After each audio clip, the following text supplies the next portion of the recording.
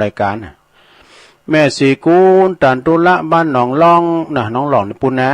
ลำปางบนแม่จันเรือนใสกองเสบียงอันยิ่งใหญ่จากเวงตาการเนอะแม่คำสุกนี่บ้านบุญเกิดตำบลพระบาทนี่ลำปางบนเนอะแม่อมรทาดอยคังนี่อำเภอแม่ทาบนเนาะแม่นางอ้วนล่องกองเข่านี่แม่ทองสันป่าแดงฝางหลวงพ่อกฤษปางโมพุทธอุทยานปางโมแต่แล้วก็แม่สายพินต้องฝ่ายด้อยแดนเนอะ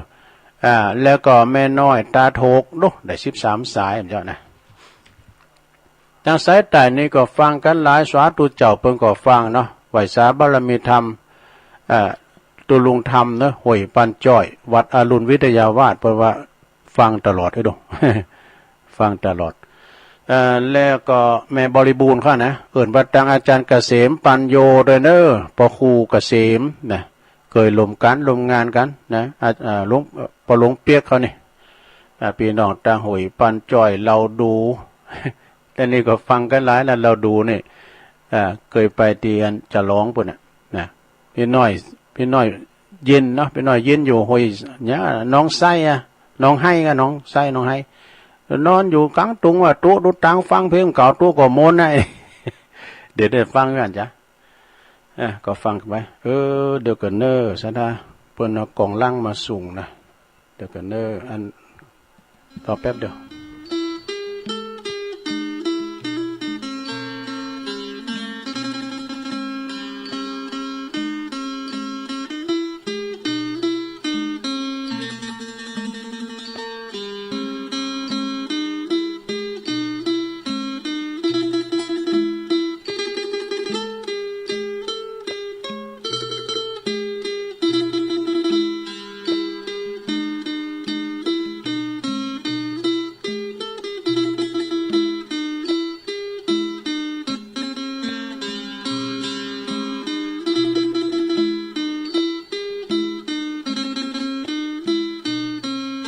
มาแล้ว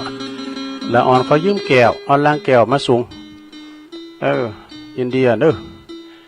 ยืมลังแก้วไปถึงไหนแล้วเจ้าเดี๋ยวกันเด้อปิดเพลงก่อนเดี๋ยวขี้ลืมปิดเพลงนะตอนนี้ไปก็เอานี่มาวาดำก้ำกันเด้ออันนี้ก็ตีของปครูเก่าตุลุงเนาะนี่นะปครูอาจารย์ศรีนวลแก้วสุขทมทชเป็นแปลว่ามันซ้ำหมดอันนี้เป็นก็มปพยาตุลุงเปิ้นก็มีคติธรรมเนี่ยหลวงนะคติธรรมนะ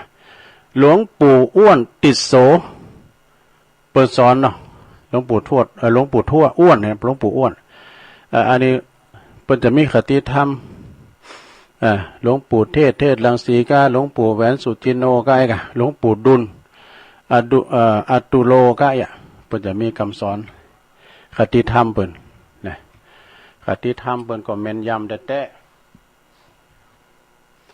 อันนี้หลวงปู่อ้วนเปิ้นสอนว่าจะได้เปิ้นก็สอนว่า6-7 ข้อเหมือนกันนะเปิ้นว่าแข็งแรงและอ่อนน้อมปิ้นมิงขวัญเนอะแต่ถ้าว่าแข็งกระด่างและอ่อนแอนี่ปิ้นสนิทวะเปิ้นว่านะนี่แข็งแรงเนอะซะท่าเด้อนี่แข็งแรงแล้วก็อ่อนน้อมถ่อมตนเนี่ยดีหนักแลซะท่าจะไปไหนนี่ตุลุงเอากรรมหลวงพ่อนะหลวงพ่อพระครูสาธุกิจนันท์นะเพราะว่าโง่ไม่เป็นใหญ่ไม่ได้โง่ไม่เป็นใหญ่ยากไปไหนอย่าไปรักไปแต่ไปอดรักนะคือเอาเงาไปก่อน กินความกว้างนะโง่ไม่เป็นใหญ่ยากต่อไปข้อที่2ข้อต่อไปหลวงปู่อ้วนสอนว่าความสงบเท่านั้นนี่เป็นความชนะหมดทั้งโลกนี่เมื่อยังบ่สงบก็ยังบ่ชนะผู้มุ่งจะชนะจะก็ควรจะหาความสงบให้ดีนี่เพื่อว่าสงบสยบความเคลื่อนไหวเนาะสาราก็เอาไปต่อปากต่อก้ำมาดื่มหู้สินสุดนะ ตบมือข้างเดียวมันไม่ดังเปิดว่าเนาะข ข้อต่อไปหลวงปู่อ้วนสอนว่าความยากแสนยากย่อมอยู่ใต้อำนาจของความสำเร็จเนอะนี่ความสำเร็จนะเปิ้นว่าเหมือนกับภูเขาแสนที่จะสูงก็ย่อมต่ำกว่าฝ่าเท้าของผู้ที่ปีนขึ้นไปเหยียบบุญยอดดอยนั้นฉะนั้นแหละนี่แต่กันเนาะต่อไปข้อต่อไปนะลงเด้อเรื่องตีจิตคิดตีกายทำกรรมตีปากพูดตีปากอู่นะเปิ้นว่าที่จะดีเลิศต้องอาศัยมีมั่นคงมีสัจจะจริงมีอดทนมีกล้าหาญมีตระหนักไว้บ่าในเหตุผลหู้จักเลือกตางเลือกโอกาสเฉลียวแปลว่าฉลาดเชี่ยวชาญวิจารณ์หันการไก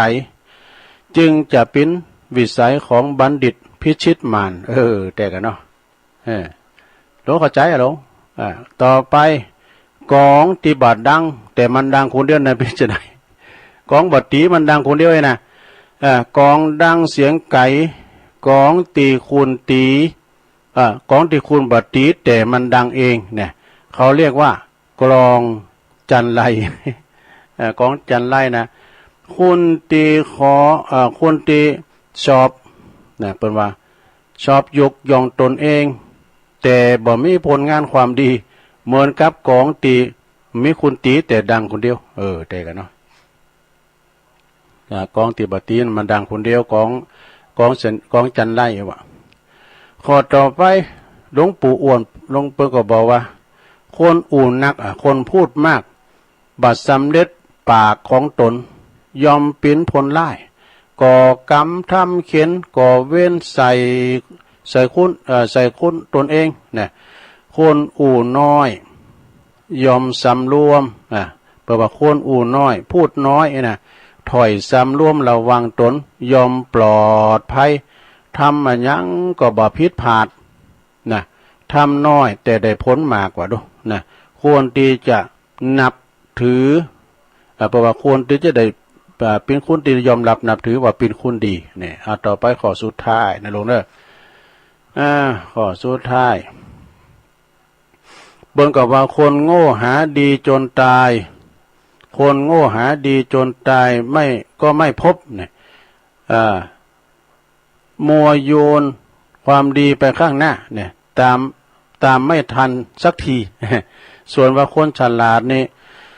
บ่ต้องหาดีอยู่ที่ไหนทำแต่ดีก็ปะแต่ดีบ่อดบ่อยากมีแต่ดีเต็มแล้วเนี่ยมีแต่ดีเต็มตัวเนี่ยจบซะละอันนี้ของหลวงปู่อ้วนติโสนะสอนไว้เนาะขีดไว้ก่อนก็มีทำหลายหลวงปู่อยู่เนอะอันนี้ขอบคุณตังปครูศรีนวลแก้วสุขเนอตีเปินส่งปอบหนังสือพยาตัวลุงก็บอยเอามาใส่ตัวน้อยเอ๊ะกะนะเด็กก็เอาทำมาเตดพองสังพอง เอามาเราสู่จู้กันฟังนะลงเนอแต้มท้ายโดยนิทานทำเลิงหนึ่งเลิงอย่างกาผู้เสียสละว่าลงกาผู้เสียสละสุปตชาดกนะณเชตวันวิหารพระพุทธเจ้าเปิ้นตรัสชาดกเรื่องนี้ปาหลบถึงตีพระสารีบุตรและพระนางพิมพาเทวีนะ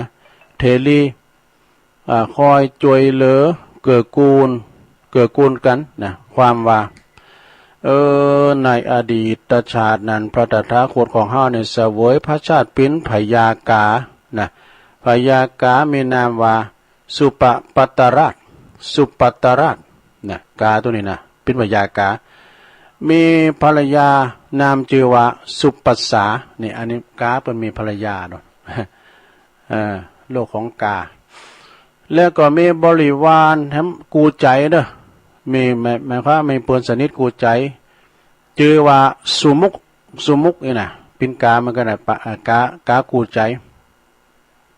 พญากาปกครองบริวาร80,000ตัววะดุโอ้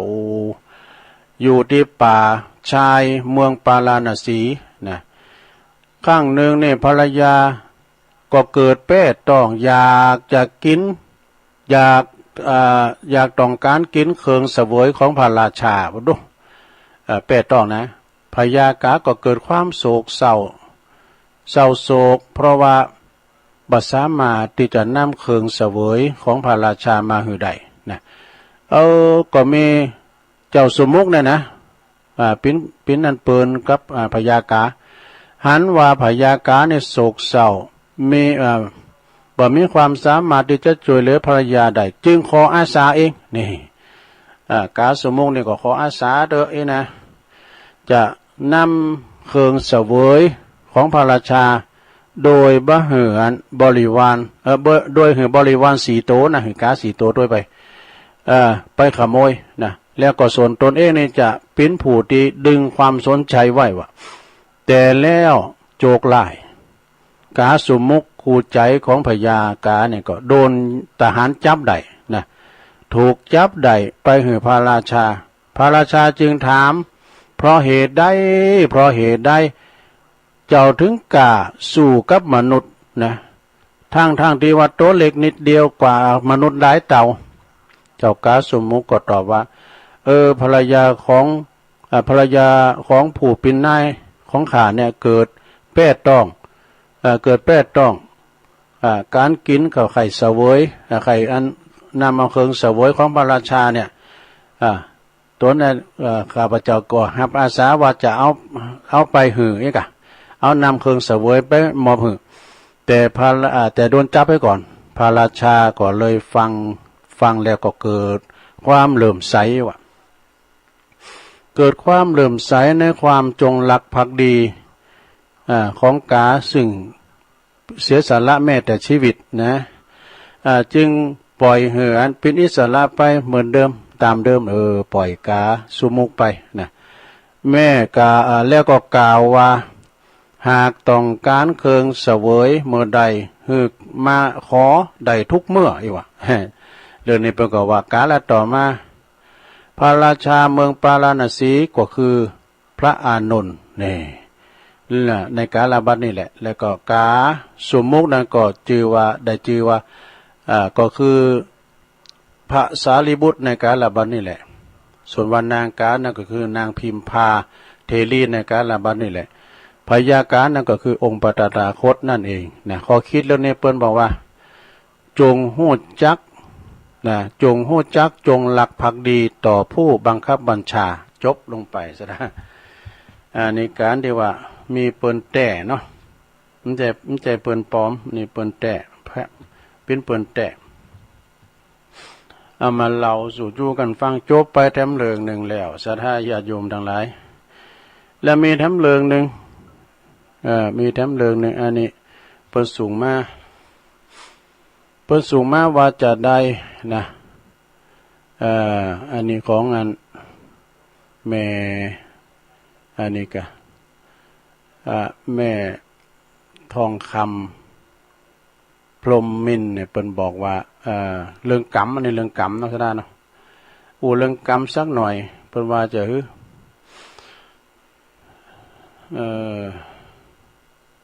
กรรมนี่ว่าละกรรมการเด็กกันเนอะมีทำเรื่องนี่ก็หาหลงเด็กกันเนอะใจเย็นโอ้นี่สำยาวนี่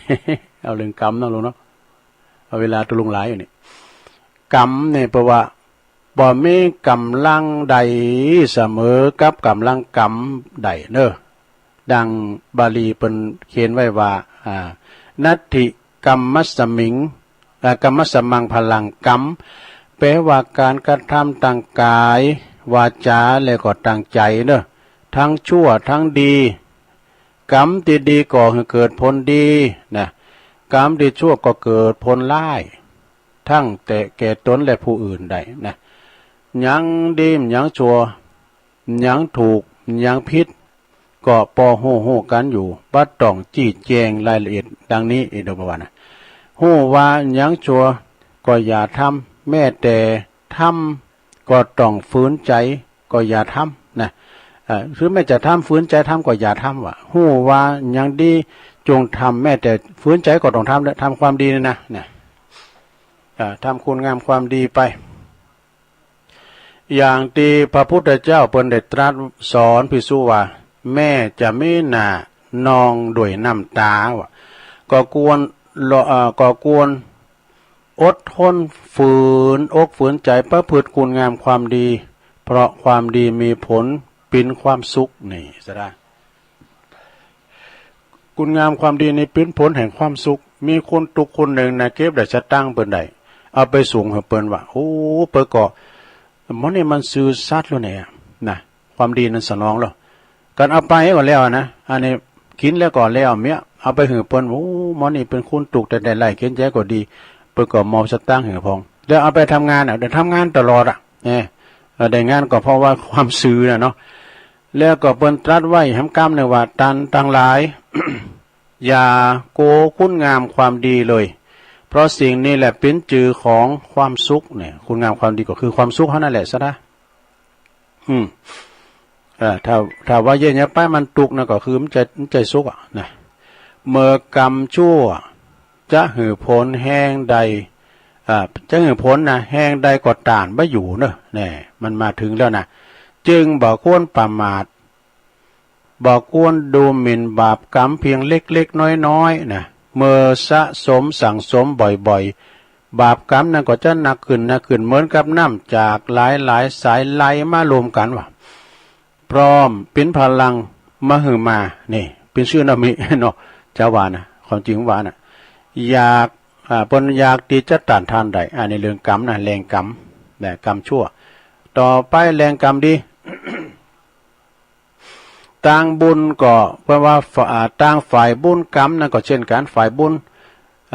ก็เช่นเดียวกันบุคคลบ่พึ่งดูหมิ่นว่าทำบุญจำนวนน้อยทำบุญหน่อยเปิ้นหอมกันเป็นร้อยหอมซาวเดียวแต่ว่าเฮาหอมบ่อยๆนะสะสมไปบุญกรรมนั้นก็จะไม่หนักขึ้นมีกำลังหนักขึ้นนะเมื่อจะหือผลก็บ่มีหยังแรงต่างทานได้นะแต่หือผลนี่นะก็บ่มีหยังที่แรงจะมาต้านทานไว้ได้สิ่งที่จะเข้ามาต้านทานได้นะจะพังพินาศไปเองนี่จะพังพินาศไปเองพระพุทธเจ้าเปิ้นจึงตรัสว่ายังยืนยันไว้ว่าบ่มีแห่งใดเสมอแห่งของกรรมนี่จบไปแล้วศรัทธาญาติโยมแรงกรรมเด้อศรัทธากรรมมุนาวัตติโลโกสัตว์โลกทั้งหลายก็ยอมเป็นไปตามกรรมนั่นน่ะนะเฮาเกิดมาก็ใจกรรมกรรมให้กรรมดีพองก็เป็นกรรมแต่เล็กแต่น้อยทุกคนนี่เกิดมาเสวยกรรมเหมือนกันหมดแต่สำเตือนพอรูปร่างลักษณะของเปิ้นเนี่ยตัวดีตัวดักขึ้นบึ้นมีพยาธิในตัวเหมือนกันเนาะศรัทธาบางคนนะก็เกิดมาด้อยวาสนามีแต่ว่าตุกไล่เขียนใจกรรมเบิ่งหมอขอกินกับพี่น้องชาวบ้านก็มาใจกรรมเหมือนกันบางคนนะก็เกิดมาทุพพลภาพนะผสมประกอบพิกลพิการก้าเขาก็เกิดมาใจกรรมนั่นเนาะซะนะบางคนเกิดมาก็มาสร้างบารมีเหมือนกันหมดสร้างบุญสร้างกุศลกันไปบุญกุศลอันนี้บางทีมันก็ตอบแทนในจัดเนี่ยนะตอบแทนในจัดนี่แต่บางทีมันก็ตอบแทนในจัดหน้าจัดใดหม้อนะบาปกรรมก็เหมือนกันมันแทนจัดนี่มันก็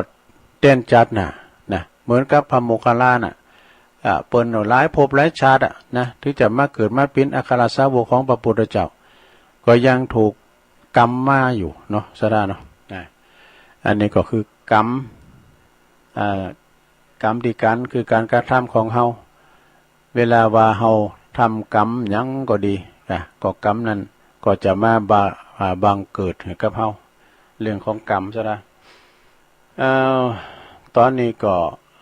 เวลาก็ยังเจ้าอยู่ศรัทธาญาติโยมทั้งหลายในเมื่อเวลาเจ้าอยู่ตัวลุงก็เอานิทานนิทานนี่ก็เล่ามามีหลายนิทานเหมือนกันที่เปิ้นสูงมานี่นะนิทานที่เปิ้นสูงมาปิ้นลิ่มแล้วก็วันพ พวกนี้ก็จะเสาะนิทานที่เป็นเอามาอันนี้เอาข่าวขอคิดนี่กันซะได้เนาะ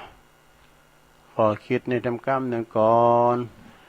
ขอคติคำคมคารมตุลุงธรรมเลยนะ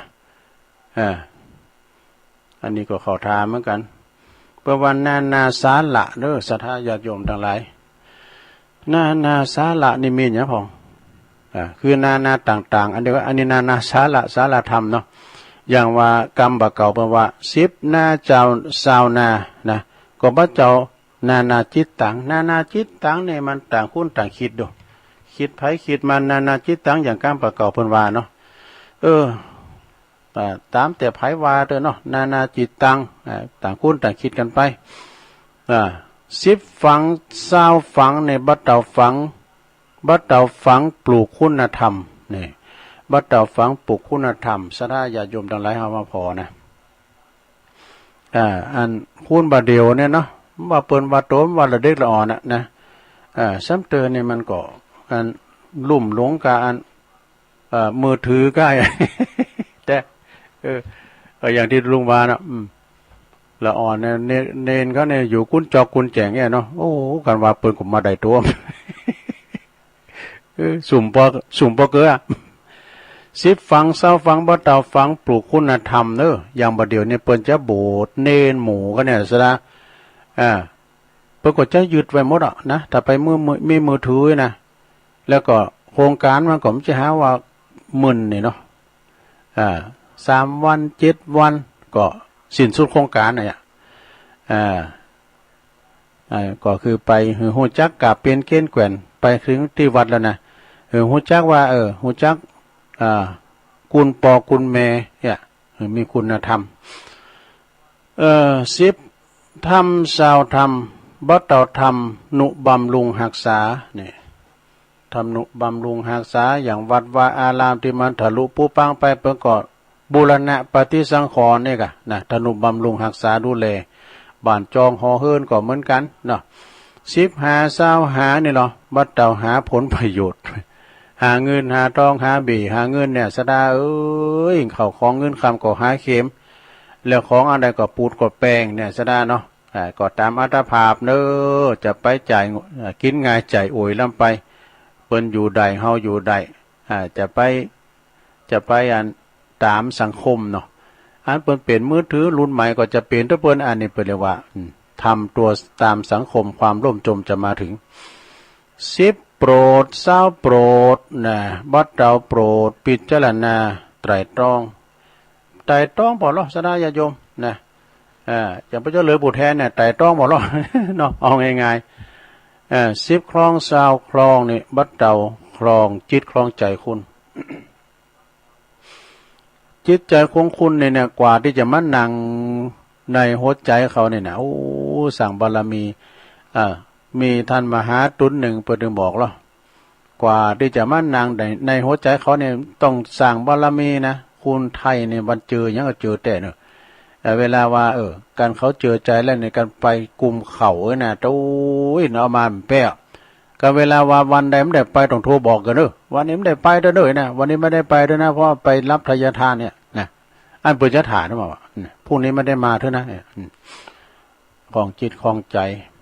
10ครอง20ครองบัดเต่าครองใจตนใจคน10กล20กลบัดเต่ากลวิธีนะ10มีสามีบัดเต่ามีจิตใจที่ประเสริฐจิตใจประเสริฐเนาะแล้วก็10เปิดซับเปิดบัดเต่าเปิดใจกว้างเปิดใจให้มันกว้างนะลงเด้อเปิดจิตเปิดใจให้มันกว้างใจของเฮานี่เวลาเฮาใจแคบนี่ก็คือใจกล่อมเวลาเปิ้นมาขอเปิ้นตกทุกข์ได้ยากมาขอเฮาก็แบ่งปันนะก็คือจาคะคือแบ่งปันกันไปมีมสังที่เฮาแบ่งปันกันได้ก็แบ่งปันอันคุณที่เปิ้นมีนั่นน่ะโธ่มีอาจจะกินนะกันเฮาจวยนะได้บุญเล่งเข้าคุณที่เปิ้นลุงแพะลุงป่ามากลางเตือนให้ซ้ำได้บุญว่าซะนะแต่ก่อนนี่ คนเฒ่าคนนึงนะเอาตุลุงเป็นละอ่อนอยู่นะเปิ้นนั้นหาบกล้วยนะหาบกล้วยแล้วมีสายนะอย่างนั้นก็เปิ้นว่าเปิ้นไปเสาะเคาะเอาถ่านเตาถ่านเก่าเปิ้นน่ะเอาถ่านเก่าเดี๋ยวมันย่อยนะอย่าเฮาไปงมปลาขี้ซากกันลูกเอามาใส่แล้วก็เดี๋ยวปางนั้นก็หน่อยเดียวน่ะแล้วลุงแพะลุงป่ามาว่ะขึ้นโพดมาบ้านไว้ดูแล้วก็ลุงว่าอยากเข้ากับตะพินปี้ไปรุ่นน่ะแม่ห่างก็เข้ามากลางเตือนกลางเฮิรน่ะถูกกำเข้าในมลกุยโอ้กำเข้าในมลกุยเนาะเอาฟังเพิ่นกินข้าวนั่งเงี้ยโอ้แม่ว่าเนี่ยเพิ่นได้บุญนะไอ้เนี่ยเพิ่นได้บุญเลี้ยงคนที่ปัดลุงไม้น่ะซะนะที่เปิ้นหาที่ซาที่สูงบ่ได้เปิ้นการเข้าอยากน้ำมาเล่งเพราะว่าเล่งโกเข้ากลางเฮิรนเหมือนกับเฮาต่างโกเข้ากลางป่าจ้าให้กันเนาะเอาไปเข้ากำมาเล่งโกเข้ากลางป่าจ้าเนี่ยก็เหมือนกับอีปออีแม่มาจะได้กินน่ะเพราะว่าเปิ้นเฮาก็ไปเผาผีจีกระดูกก็ให้หมดนะเนาะ การกินการทานศรัทธาญาติโยมทั้งหลายเฮาก็แบ่งสรรปันส่วนกันไปเวลาเฮาพอจะมีก็กิน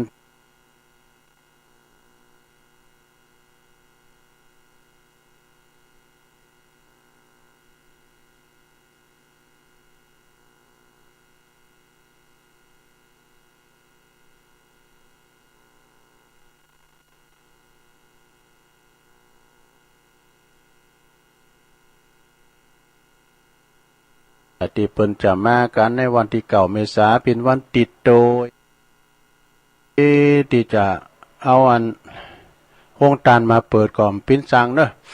โอกาสนะเปิ้นว่าเข้าสู่เทศกาลปีใหม่เมืองของล้านนาเนี่ยเปิ้นก็ขอกราบไหว้สานิมนต์ครูบาอาจารย์พระสงฆ์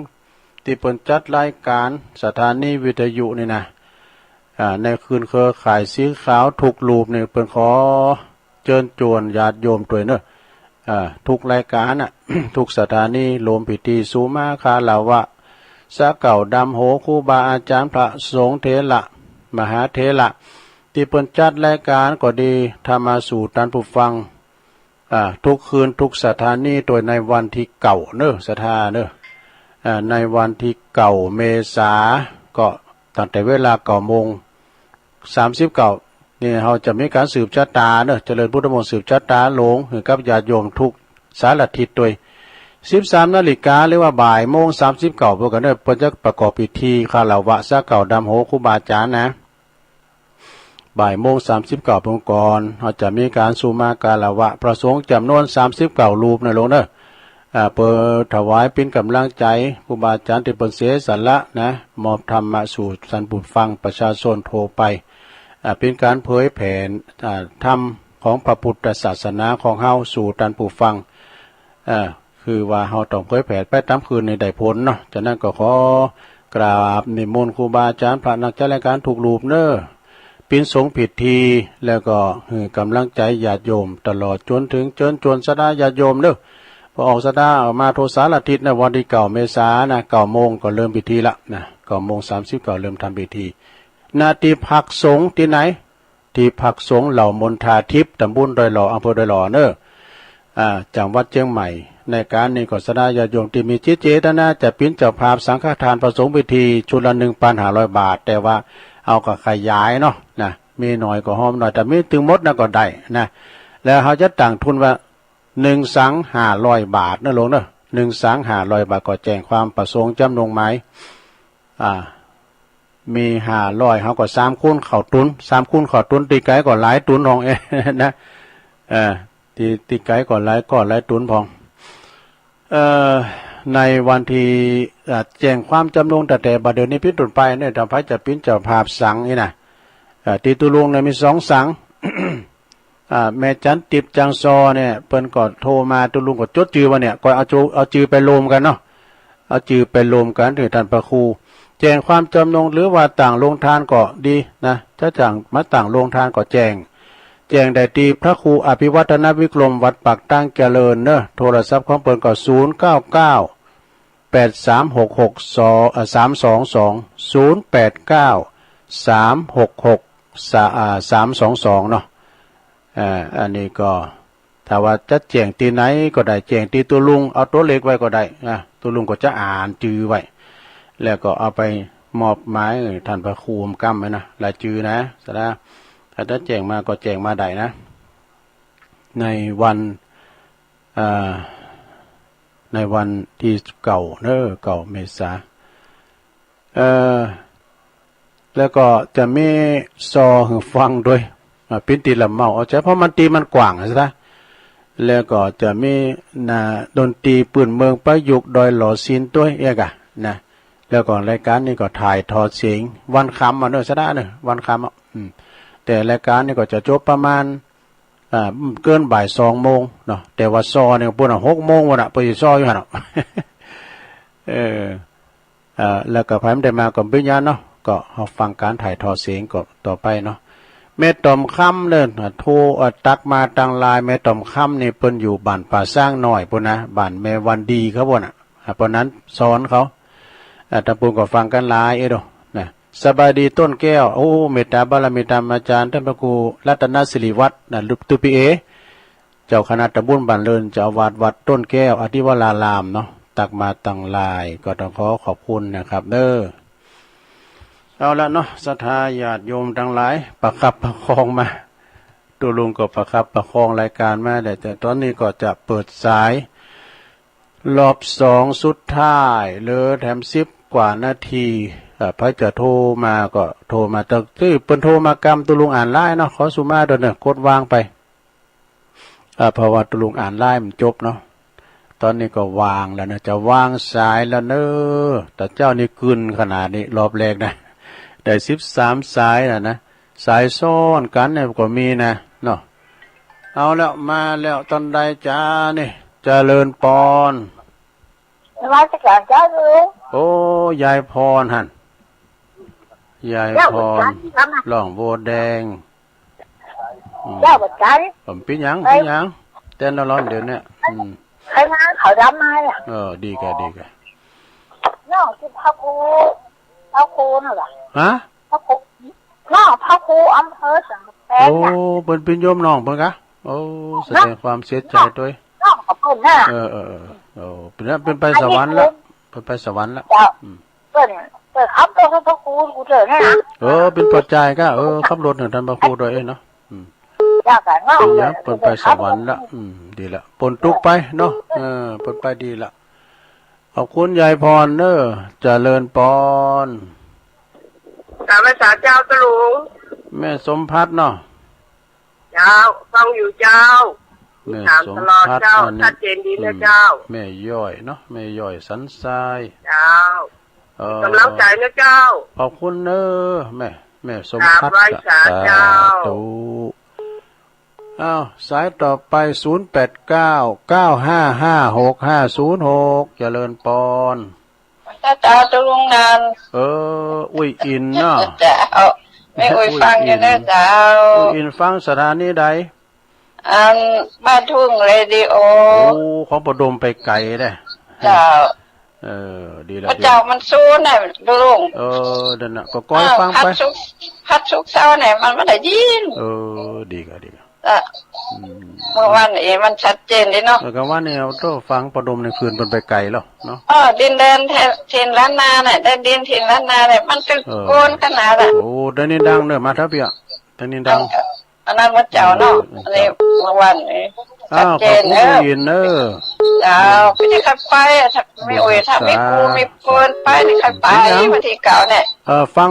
ตั้งงานวิทยุอันเปิ้นจะถ่ายทอดนะหันถึงภาพถึงเสียงเจริญปอนจ้า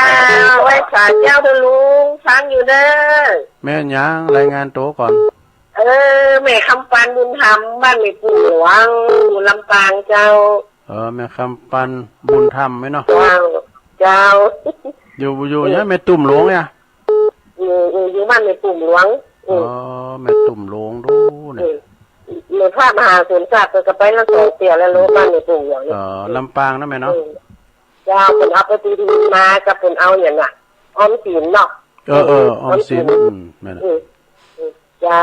ชัดเจนนะแม่ฟังบุญญาวาดกะเจ้า ในทางบุญยวัดเจ้าเดี๋ยวแม่ก็คือนี่มาออกเลยเจ้าแต่ตีสามมาออกเลยตุลุงมอจ่อมได้ออกว่าอาจารย์มาหากับเพิ่นนะอินเทอร์เน็ตเพิ่นแต่บัดดีนะพุ่นน่ะดังรักน่ะแม่ก็ตีสามไปแม่ลูกมาแม่มาเปิดตุลุงมาถามฟังอ่ะว่ารอพังตุลุงยองเบิ่นมาออกนี่เนาะตุลุงมันพัดศุกร์เสาร์พุ่นกะแหละอันวันจันทร์นี่มันจะเป็นของใจด้วยเจ้าแม่คำปานเจ้าป้ากันจริงอันมอจะรอในการเลยจะจับเจ้าไว้ชาเลยเจ้าพอมจรก็พอด้านที่มันหล่อเล่าลึงแล้วไปก่อนตุลุงนะกะที่มันหล่อเล่าลึงแล้วไปก่อนตุลุงนะวาลินมาได้เนอะเจริญปอนนวัตกรรมเจ้าแม่จันสมเจ้ารีบกอบรีบโกยรีบถอดรีบพายตลาดจะว่าใส่บอสตะหนาวเจ้าลุงก็ตลกวันนี้นะไปกรุงเทพอย่างก็นับเสาไฟฟ้าไปอะก็โอเคหัวได้นับปมแต่น่ะรถมันแวบเดียวเนี่ยโทรไปหาตัวลุงว่ะนัดกดไปหาลูกบ่าวสวัสดีครับไปดิเอาไปโทรผิดเบอร์กะโทรผิดเบอร์อันแค่นี้ตัวแล้วก็เหงื่อมาเข้าตามัวตาฟังนี่เจ้ากำลังใจอยู่นะเจ้าขอบคุณเป็นลายเนอแม่จันเจ้านวัตกรรมเจ้าสาธุอันนี้นี่เก่าเดิมแต่เนอแม่จันสมกับแม่ปานีกันเนี่ยตุลุงจัดรายการเปิดออนไลน์ครั้งแรกเนี่ยเปิดโทรมานะจำอยู่แม่จันสมนี่เป็นตัวแทนของพี่น้องแม่อายพุ่นนะแม่อายก็อำเภอแม่อายนะกะนะแม่สีโจมแม่สีโน่นเขาเนี่ยเปิ้นก็ไม่ได้โทรมาเจริญปอนไว้สาตุลุงจากอันวัดปากทางเจริญไปที่มณฑานะไก่ก็เจ้ากิโลปลายแต่ไปไกลกันถ้าไก่ติดกันหรอมันไกลใกล้เหมือนกันกันไกลกันเพราะว่ามันเตียวไปกันแล้วตัวเนี่ยท่านมหาสมศาสตร์เตียวมาเนี่ย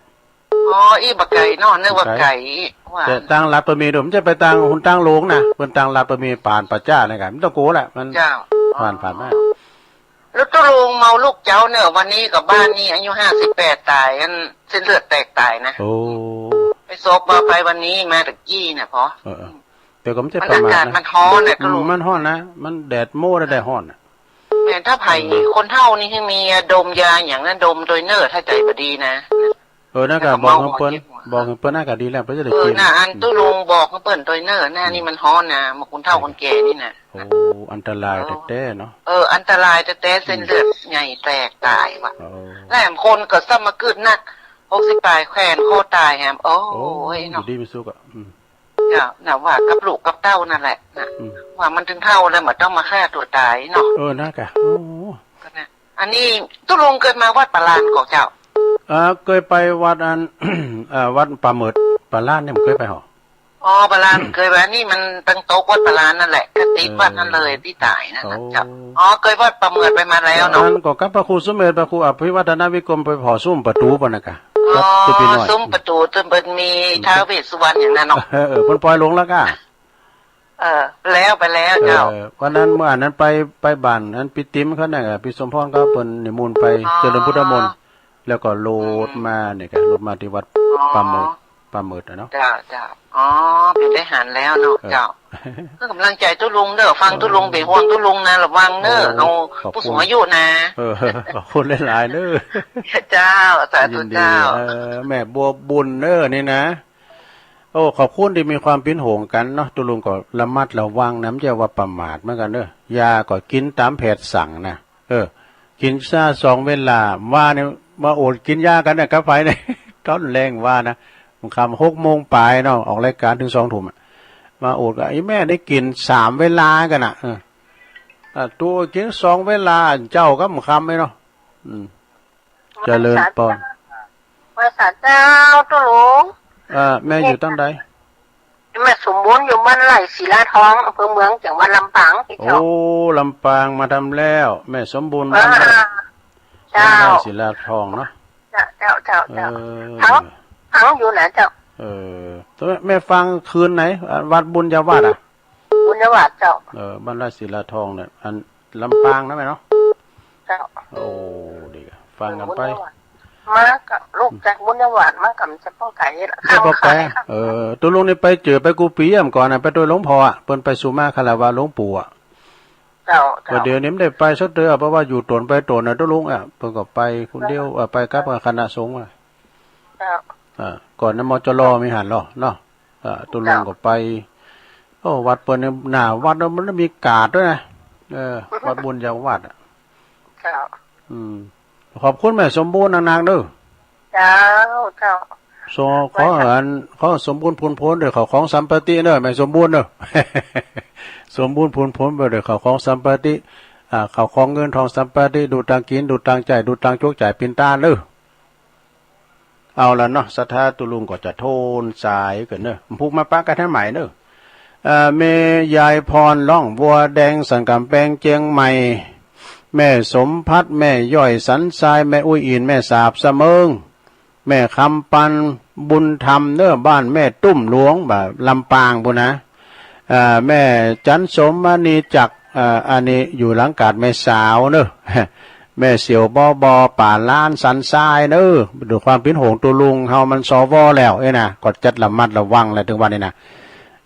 แล้วก็แม่สมบูรณ์เหมือนกันบ้านไร่ศิลาทองนี่ลำปางโอ้อินดูเปิ้นมาเอาหน่อยเจริญปอนไว้สาเจ้าตุลุงแม่หยังจ๋านี่แม่การจนาเหรอเจ้าแม่การจนาเจ้าแล้วเจ้าจะถามมานี่นอนตุลุงถามว่า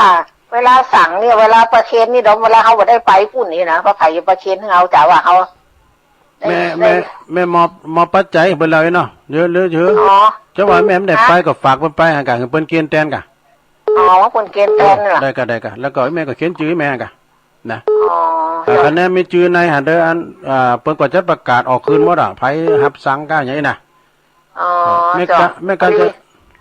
พอดีจะแม่ก็สั่งท่านมหาสมชาติไว้นะเนาะท่านมหาก็เพิ่นก็จะเขียนชื่อแม่กะแล้วก็ไปเกียนแตนก็ได้แต่ก็ทำอาหารมาตั้งเดียวหลายวันแล้วโว้ยหายแซ่บไปแล้วหายแซ่บไปตั้งไหนแม่กันจะน่าอยู่บ้านแล้วก็อยู่กอกฟ้าเก่าซบตุ๋ยน่ะซบตุ๋ยลำปางอ่ะเนาะอยู่ลำปางนี่แหละจ้ะอำเภอเมืองเนี่ยซบตุ๋ยก็ได้ยินได้กอกฟ้าเก่าซบตุ๋ยนี่ในเมืองชุมชนเนี่ยเจ้าแม่การจนาเนาะซบตุ๋ยลำปางขอบคุณนะแม่เด้อเจ้าสาธุจบเวลาเขาฝากเปิดเกียนเฮ้ยเนาะได้กะเปิดเกียนเห็นนะแม่เนาะเจ้าบุญรักษาเนอเจ้าสาธุเจ้าเวลาตุลุงก็จบพอดีพี่ช้างผูกก็มาฟังกันใหม่เนอะนะวันนี้ก็ถ้าว่าผิดพลาดประการได้ก็ขอสุมาอภัยได้21สายพอดีดูสาธุเนอะแม่การจนานี่ก็สุดท้ายศพตุ้ยลำปางวันนี้ก็สมควรแก่กาลเวลาตุลุงก็ขอนำรายการจากลาศรัทธาไปก่อนเด้อผิดพลาดประการได้ก็สุมาอภัยโดยขอบคุณสถานีกูคืนด้วยเนอะขอบคุณสถานีฟังโดยผูกปักกันใหม่ในเวลาเดียวกันนี่เนาะจัตตารโอธรรมาวัฏฏันติอายุวันโนสุขังปะลัง